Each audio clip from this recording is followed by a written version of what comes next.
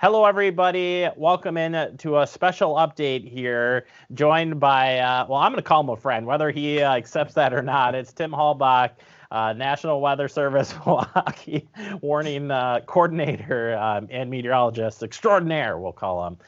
Tim, how you doing? Doing all right. How are you hanging in there?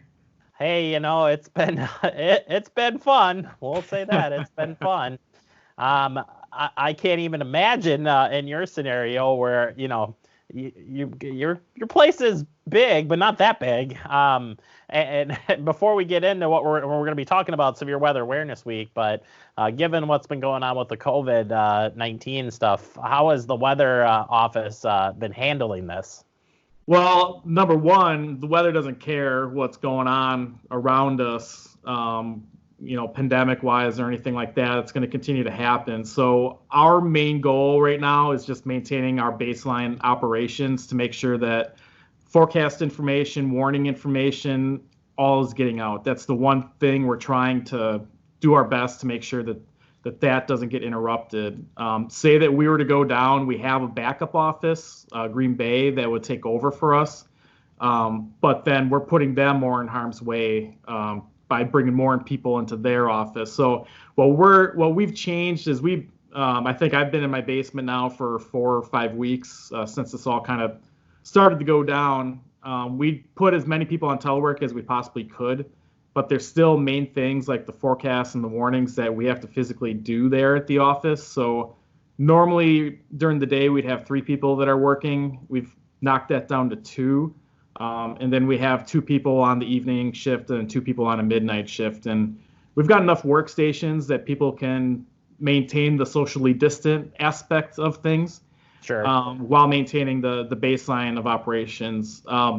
Last Tuesday, we had an extra person or 2 go in because we had some severe weather that was happening. So if that happens, we'll bring extra people in. But we've gotten resourceful. I've got some ways to be able to do a lot of the communications things that I normally do from the office here in my basement. So there's still things that we can do remotely, stuff like this, where we can communicate and do everything we need to do so that the people don't see much of a difference in our forecast and getting information from us. Yeah, really, you're just missing the big logo in the background, and then you would be set. You would never know that you're not in the office. Yeah, kind of my mad dash to get out that last Monday. I forgot to grab the big banner or something like that. And we know that going into the Severe Weather Awareness Week, the COVID-19 actually put a hold on your education series on the storm spotting classes. But you guys have worked through that, and you've got those classes continuing on. Plus, you've always had great online resources. But for those familiar with it, what are you doing now for those storm spotting classes? Yeah, well, I personally like getting out and meeting people face to face and doing those training sessions in person. But that just wasn't in the cards this year. We're not going to be going to every single county and spreading stuff around or whatever.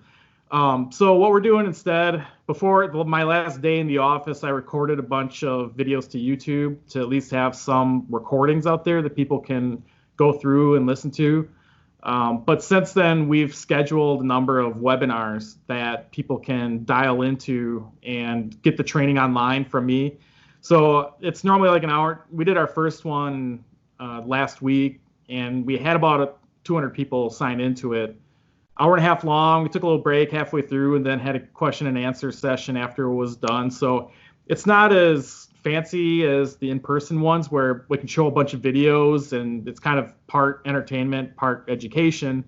But we're still getting the information out that people need to know to spot thunderstorms and severe weather, because we still need to get that information and have that as we go through the summer here. So that's kind of what we're doing instead. We're going to be doing a number of sessions through the end of April. So if that's something that you're interested in, please look at signing up and getting that baseline training. Yeah, it's very, very great. It's a no pressure thing. I mean, right. Even if you're not sure if you can do it or not do it, it's still great information to listen in on. And I would think this is a unique opportunity, Tim, with everybody being at home and I mean, you have a really good opportunity here to have a lot of spotters actually give you information, detailed information from right in their backyard. Yeah, and I think that this is something we'll do in future years as well, just to, when we go county by county, we might not be hitting everybody that we want to, or people might not be able to make it. So I think we'll schedule these for the future as well, just to give people another option that if they can't go in person, they can get the training that they need. So that's a good thing. And we schedule them all different times of the day. We've got some in the evening, some during the morning and afternoon. So hopefully we're hitting everybody that wants to get that training this year still. Yeah, good, great. It's been many years. I probably need to dust off my booklet and that I printed myself. You didn't give me the booklet, but yeah, get caught up on that. Tim, if you could just walk us through some of the things that the weather office will be doing each day this week for the severe weather awareness, that would be great. Kind of break it down for us. Yeah, so we have general topics that we like to hit every year and just have some, things to talk about in terms of getting out of that winter mentality and that preparedness to severe weather. We've already had a few storms this year. We're right at the beginning of what we consider to be our severe weather season. April typically is the start of the curve going up for the volume of severe thunderstorms that we see here. So this is when we start getting into that mentality of, all right, let's talk about what kind of plans you have for the different types of severe weather that we have here. We get severe weather every year in Wisconsin, so it's good to be prepared for it. It's just a matter of when and where it might happen and how much. So the first day, Monday, we're talking about alerts and warnings. So how do you get a severe thunderstorm warning? What's the source that you're using for that? Is it your cell phone, an app that you downloaded? Is it the weather radio? Those different sources for that. What outdoor tornado sirens mean? So don't rely on that to wake you up at 2 a.m. It's probably not going to happen. So that's our Monday. Tuesday, we're talking about severe thunderstorms and lightning. So some of the technicalities into what a severe thunderstorm is, and then safety with lightning. Wednesday, flash flooding. Thursday is our virtual tornado drill, and we're going to talk about different sheltering options for when a tornado warning might be in effect.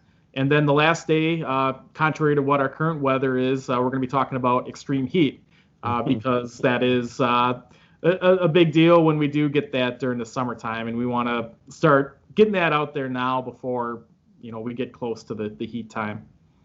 Yeah, you don't think of it as a severe weather threat necessarily, but it has a very large impact when heat waves do come in. And I would assume that the trend is probably up on heat waves across the U.S. So probably something to drive on besides just severe weather. Yeah, and it's the most common way that people will die from weather. It's a hard thing to document because a lot of times if somebody has succumbed to heat exhaustion or heat illness, it normally gets listed as some other medical factor. So it's hard for us to document actually how many people have gotten sick or have died from extreme heat. But it is something that every year we have similar things where we talk about, if you have a newborn kid, make sure you check the back seat before you leave the car when you're shopping.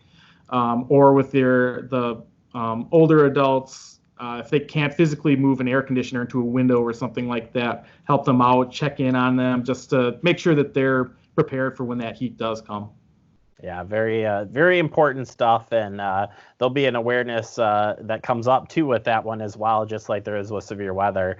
So we'll get another opportunity, but glad you're highlighting it this year. I'll tell you what, Tim, we're going to spend some extra time later this week sharing some of the other tips here. That way I don't keep you too long. So again, for those who want to get signed up for the storm spotting classes or just find out more information, Tim, where can they go? They can go to our website. It's weather.gov/Milwaukee or /Madison. We'll get you there. And at the top of the page, we have a link to our online weather spotter training classes that we're going to be holding over the next few weeks. Fantastic. That's Tim Halbach from my favorite weather office, National Weather Service Milwaukee Sullivan. Tim, thank you as always. We'll talk soon. Sounds good. Thanks.